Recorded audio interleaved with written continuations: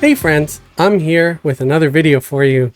Yep, I'm here with Bezelweg Wobblecog on the Teek server, and we're gonna try to do some trade skills, but I'm gonna try to show you what it's like to do it when you're kind of broke and a beginner. Now, I did recently get a little bit of plat donation from some guildies, so thank you guildies, you get a shout out. But I'm gonna try to do this as conservatively as possible, like saying if you have almost no plat. So let's start off. We're going to be doing blacksmithing here as a beginner. So what do you do as a beginner blacksmith to get your skills up? Well, you could go to your guild trainer, and I guess we'll cover that real quick. Let's go there because it's right up here. So for mages, you would go up this little hill here and go in here, and I'm a mage, so I want this guy over here. You can right click on him, and then you can look for the blacksmithing trade skill. And here we are, blacksmithing trade skill. As you see, my skill is currently at 80, but if you had 0, you could click on train and train up to about 20. On average, when you have a 0 at a skill, if you have the practices or skill points, whatever you want to call them, then you can skill up to 20 before he says that he can't train you anymore and you must learn your skills in the field. The same thing can go for skills like brewing and tailoring and everything else. As you see, I have already skilled up some of these beyond 20. So that is one way you can get your skill from 0 to 20. My preferred way of getting skill ups is not to go to the trainer though, unless it's a skill that's super hard, like maybe jewel crafting. But a skill like blacksmithing, it's pretty easy to get skill ups without having to go to the trainer. One, kill a bunch of skeletons or low-level mobs in your area and loot any rusty weapons they may have. And kobolds drop rusties, skeletons drop rusties, bandits drop rusties, orcs, just gnolls, and just about anything else. Lizard men, and just about anything you could think of might have a rusty weapon on it. So once you have a whole bunch of rusties, you can even ask others for rusties. You can offer to sharpen them for people, because sharpening a rusty weapon will actually raise its value. And then you can offer to give it back to them if they want. Or you can buy rusties off of people for maybe a gold or two, and some may be eager enough to sell it to you for that much. Turning rusty weapons into tarnished. This recipe is usually already embedded in the blacksmithing window, so you can just do the shortcut, type in TARN, short for tarnished. Press enter, and you'll see all of these tarnished weapons.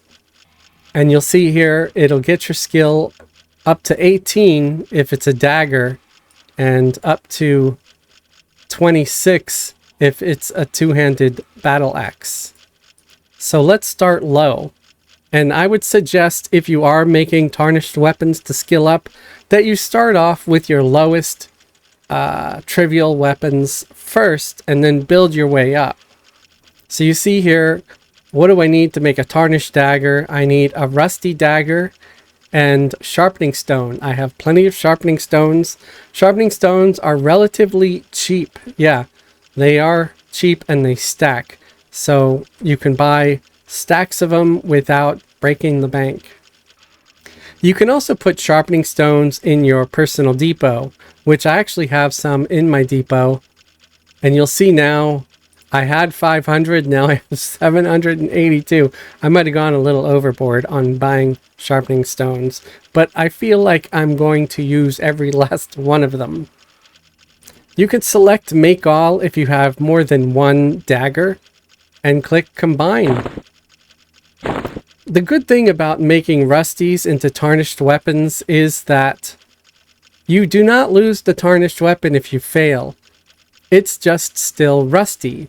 You lose your sharpening stone for each try, but you keep your rusty weapon, which is very, very nice because it lets you practice on that rusty until you get it right. So here we got tarnished short spear. We got some short spears. And I'll keep this window open so you can kind of see the progress. We've got 3 rusty short swords.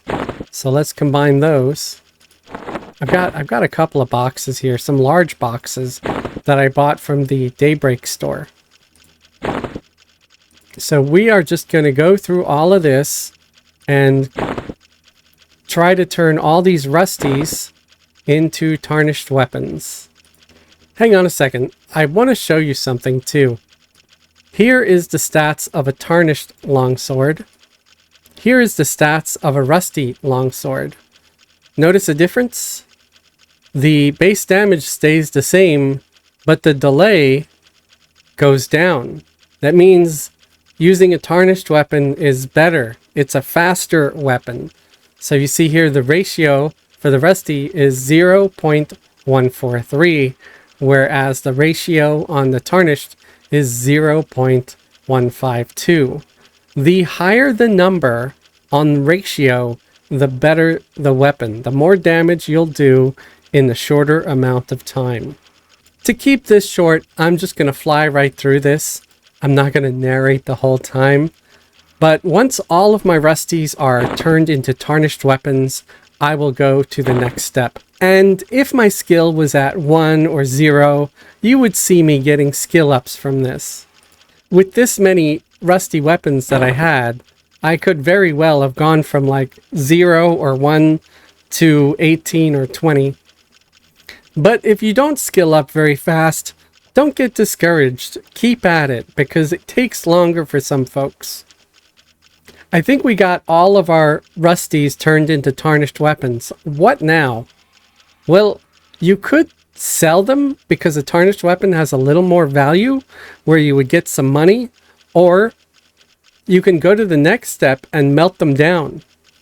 I like to type in of ore, short for brick of ore, or piece of ore, or block of ore, and then you get this.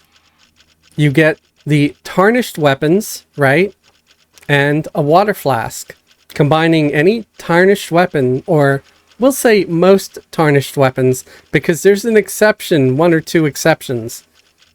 But combining most tarnished weapons with a flask of water gives you a brick or piece of ore. So we're going to start with combining this two-handed axe, and you see I have a brick now, and this makes a large brick of ore. Large bricks are great because you can easily turn them into small bricks being a little more useful. Two-handed swords, when melted down, also make large bricks. A tarnished battle axe turns into a small brick. Long swords also turn into small bricks. Tarnished daggers turn into one small piece of ore. Tarnished short spears also turn into a small piece of ore. Tarnished short swords turn into 2 small pieces of ore. Now I've melted down all of my weapons, and you see here I've got several bricks of ore, and one is a small brick of ore. I've got 8 small pieces of ore, and we've got 5 large bricks of ore. If you look here, I can make a small brick of ore from a large brick of ore. The only thing I need is a smithing chisel. How do you get a smithing chisel, you may ask? You can buy it from blacksmith supply merchants. You'll find them around most cities. Unable to find them, try this in your actions bar. You'll have the find tool. Open the find tool. This window comes up, and you can do a search for smithing supplies. There's a whole bunch of them over here. You click on it, and it will give you this little trail. Let me move my windows out of the way. Not ready to just close it just yet though. But you see here, this trail, that would lead me to my smithing merchant. So we're going to make some small bricks of ore out of this large brick. Just going to hit combine. And you see here, it's trivial at 27. Now, if your skill is only at like a 5 or a 10 or a 15, you could always wait until your skill gets a little higher. The higher the skill, the better chance you have at success. You see here, this number, it's up 96%. That means I have a 96% chance of successfully breaking the large brick down into 2 small bricks. We have some small pieces of ore and some small bricks of ore. What now? What do we do with them? Well, if you have a couple of small pieces of ore, you can combine them to make some metal bits. You use 2 small pieces of ore and a flask of water. This is trivial at 18. Yes, this isn't really going to help you skill up much if you've already done a bunch of tarnished weapons and got your skill up to 20, but it can come in handy. So we're going to combine all of the small pieces into metal bits. We've run out of small pieces of ore. Jumping ahead for a second, here's where we would use small pieces of ore. We can make something called lockpicks. Lockpicks are trivial at 88. This would be to advance your skill a little more. As you see, my skill is currently at 80. That's why I made these. But you can use the metal bits for lower level things. You can use them to craft some studs. Studs are used in tailoring. Yep, you can use the studs to make studded leather armor. But that will come in another video, but I wanted to mention it because studs are very useful. Another very useful item that can be used in another trade skill like tailoring is steel boning. Steel boning is made by combining a small brick of ore, a flask of water, and a file. But files are not sold anywhere, so you would have to actually make your own file. So that's what we're going to do next. Type in the word file, and here we go. So to make a file, you would need metal bits, a flask of water, and the file mold. And the water is the kind of water you buy anywhere. It's drinking water. The file mold can be purchased off many different blacksmith merchants. Not all, so you might not find it on all of them. Different blacksmith supply merchants sell different things. But many of them do sell a file mold. This is trivial at skill 21. So let's hit combine. And there we go. We have a file. Another very useful item that you can make using blacksmithing that can be used in another skill is a skinning knife, which is used in tailoring recipes. So if you type in skin, you'll see skinning knife shows up. This is trivial at a skill of 41. So you're going to want to wait until your skill gets closer to 40 before trying this. With my skill being at 80, I have a 95% chance of success. I need a flask of water, a dagger blade mold, a hilt mold, and a small brick of ore. Hit combine, and it said that we have failed. Said you lacked a skill. So even though I have a 95% chance of success, I can still fail. And these failures can be really frustrating. Here we go, a skinning knife. Remember, failure is normal. You can have an 80 skill. You can have it say that you have a 95% chance of success. You could still end up having 5 or 6 failures in a row. So yeah, trade skills can be very frustrating and very frustrating. But it can also be rewarding when you start making things that can help you or your guild mates or group mates. And despite the failures and the frustration, I find it one of the more relaxing things in Everquest. Other things you can make with your small bricks of ore is sheet metal. That is right, you can make sheet metal, which is trivial at 31. And as you see, it just looks like a rectangle square. It looks basically like a sheet of metal. You can make weapons in Everquest using some of the things that you might have made from melting down rusties, like the sheet metal. Here we have Clockwork Smith, smithing supplies. I like using a curved blade mold with a hilt mold and a pommel mold. Combining these three items in a forge with sheet metal and a flask of water can make a useful weapon. Let's go to the forge. Okay, here we are at a forge. So we're going to combine our items. You could type in forged and the recipe might already be in there. What recipe are we doing? That's right, the forged scimitar. And here we go. We got our sheet metal, pommel mold, hilt mold, curved blade mold, and our water.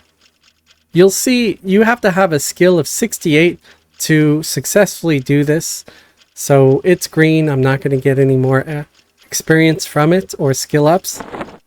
But I like to do it for this example. And we failed once. It's a good thing I bought more than one mold. So you might want to do that when you're crafting. Because even though your chances are high, like 80% high, you might fail. So try not to let it frustrate you too much. Here we go. We made a forged scimitar. So we took useless rusty weapons. We made them into tarnished. We melted them down after we got rid of the rust into ore. We turned the ore into sheet metal. And we got some molds and we made our own forged scimitar. A spanking brand new weapon. Good for spanking all those monsters. You don't always need to make weapons when you're blacksmithing. You can make utility items like a large lantern. And what would you need for that?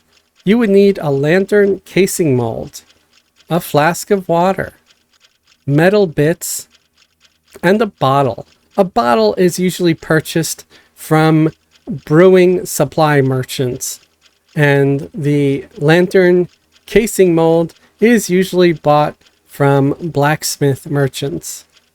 Finally, I'm going to get into something that might actually give me a few skill ups.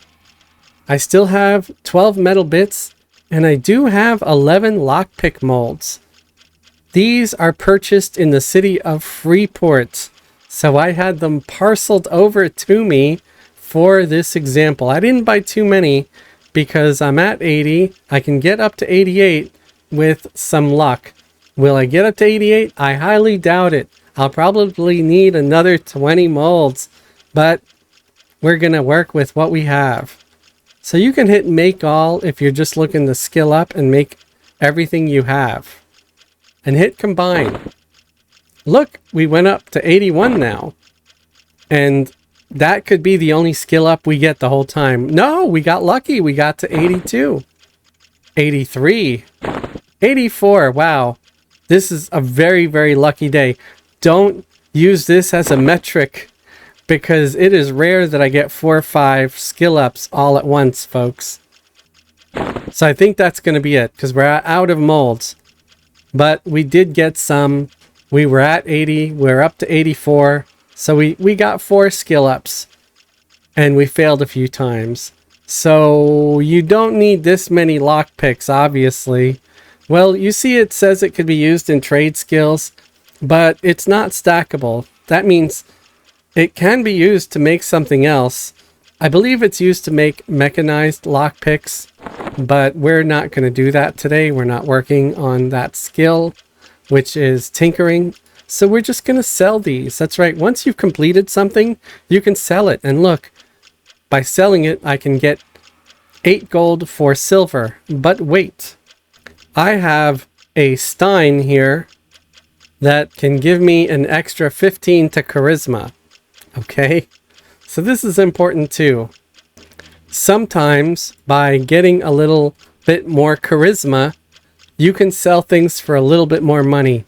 It looks like here, in this case, it doesn't matter. It's the same price whether I equip the Stein or not. But I thought I would throw it in there. So you can recover some of your money, some of your platinum that you spent on materials by selling the things you've crafted back to the merchant. But if you make something especially useful, like a forged scimitar that can be used by a lot of players, you can try to sell that to other players and somebody might buy it. Keep in mind that this isn't a very advanced weapon, so you're probably not going to get more than, say, 5 or 6 platinum for it, if you're lucky. And if you sell it to the merchant, you'll only get about 2.8 platinum. So if you want, you could say maybe try to improve what you get for it by selling it to a player and ask for 4 to 5 platinum. I'd say maybe 5, because sometimes you fail and things like that. I'm sure there's some folks that might sell it for up to 10, but I think if you're paying 10, you're paying too much. That's just my own opinion. That is my brief video on covering some of the basics and beginner stuff in blacksmithing. I'm sure I've left a lot of things out, and you're welcome to share your thoughts and feelings on the matter in the comments below. What recipes would you like to see me make here on the Teek server? If you liked the video and found it useful, please leave a thumbs up. It really helps me out in the algorithm and makes my channel more visible to other Everquest players that might find them enjoyable. If you'd like to support me and support my channel, consider subscribing if you're not already subscribed, or better yet, you could join the channel as a channel member. Channel members get special perks and privileges, like a link to join the private Discord. If YouTube memberships are not your thing, look at the links below the video for a link to my Patreon. Patreon patrons get similar perks, like a link to join the Discord, and there's no ads or commercials over there on Patreon. YouTube members and Patreon patrons also get to see some member-only content. That's right, stuff that no one else gets to see. Only members. You can also leave a super thanks on the video. A super thanks is like a little mini donation that says, hey, thanks for the video. I found this useful and or informative. I'd like to thank all my current YouTube channel members and Patreon patrons for your continued support of the channel. Thank you very much, folks. You keep me motivated and make me strive to do better. I appreciate you very much. You're awesome. And thank you everybody for watching. Have a great day and a wonderful tomorrow.